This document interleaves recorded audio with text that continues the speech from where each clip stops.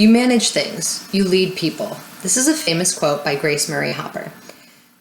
I think that this quote really does encapsulate what this class is, what this project is, and who the person that I interviewed is. His name is Robert, and he's a program manager at Aerojet Rocketdyne.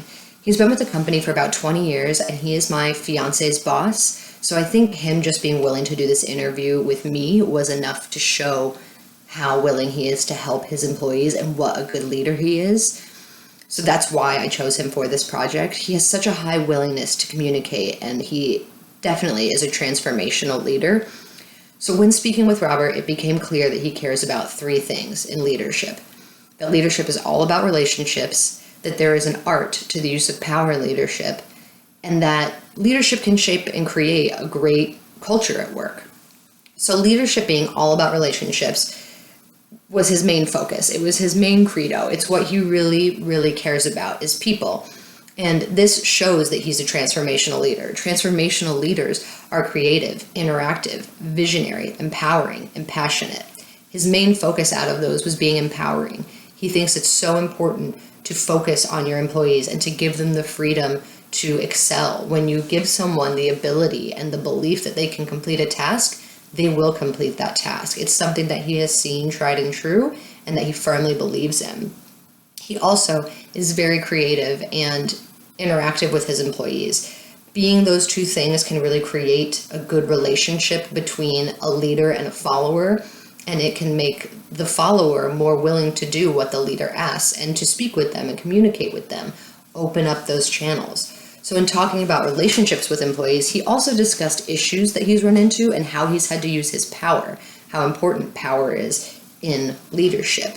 He says that, when he talks about ex-employees that he had issues with, he never talks about the person badly. He only talks about how difficult the situation was. And he doesn't focus on the outcome of what happened. He's more focused on his relationship with the person and how it affected their relationship and how they moved past it.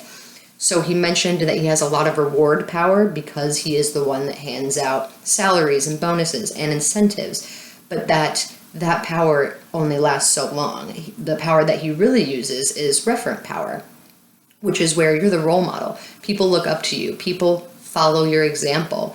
And he felt like when we were discussing that was the most common type of power that he was using because he has seen other people try to use expert power. He's tried to use expert power and the results can be a little iffy, but when he really just sets an example and says, do as I do, I'm doing this as well, he's gotten very positive results. And I believe that is probably the most powerful form of power in order to get long-term results. So while he had a lot of power and utilizes very different forms of it to get different results, he also focuses on creating culture for his employees. And this was something that I thought was really interesting, is that he really likes to create their own little world. So the company is large and has its own values and assumptions and beliefs, but he also creates a work environment with his small team.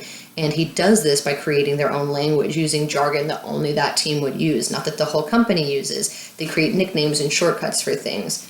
And he also creates artifacts. He gives them all each little coins once they complete a project because they work on motors. So every time that a motor is completed or a cast is completed, they get a marker of that time together. And it is a physical embodiment of that culture, which is cool. And it allows them to hold on to that and remember that culture when they move on to another place of work or even just a different project with a different manager. So my conversation with Robert was extremely enlightening and enjoyable. I could speak to him for hours on any topic, and I think that is, again, another trait of a great leader is being able to listen. And he really did show me that the three most important things that I should focus on in leadership is relationships, power, and culture, and it will be successful.